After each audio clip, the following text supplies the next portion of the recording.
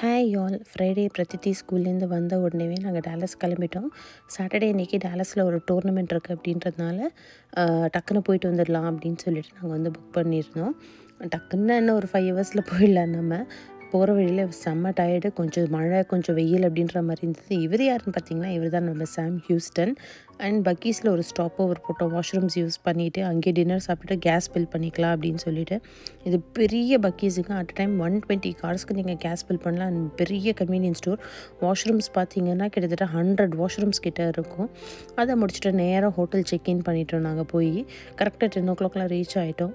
ஒரு நைட் ஸ்டேக்கு இதெல்லாம் ரொம்ப பெரிய ரூம் எங்களுக்கு வித் கிச்சனட்டோடு கொடுத்துருந்தாங்க. இதுதான் அவைலபிளாக இருந்தது அப்படின்னு சொல்லிட்டு. கிளாசட் பார்த்திங்கன்னா அதுதான் இருக்கிறதுலே ரொம்ப பெருசாக இருந்தது. 1 நைட் ஸ்டேக்கு நமக்கு எதுக்கு இதெல்லாம் அப்படின்னு சொல்லிட்டு நேராக போய் அந்த டைனிங் டேபிளில் பேக்ஸ் எல்லாம் வச்சுட்டு செம்ம டயர்டுன்னு தூங்கிட்டோம். நாளைக்கு டோர்னமெண்ட்டில் என்ன ஆச்சு அப்படிங்கிறத உங்களுக்கு நெக்ஸ்ட் vlogல கண்டினியூ பண்ணுறேன்.